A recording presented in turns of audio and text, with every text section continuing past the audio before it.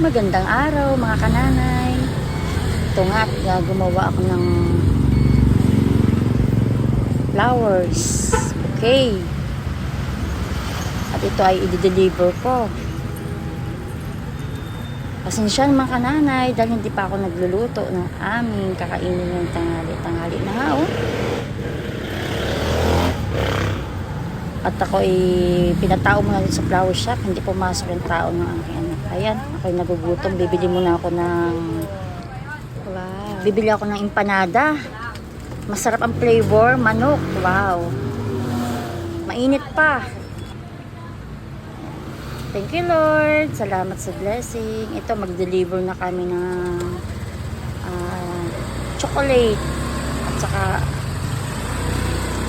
flower bouquet.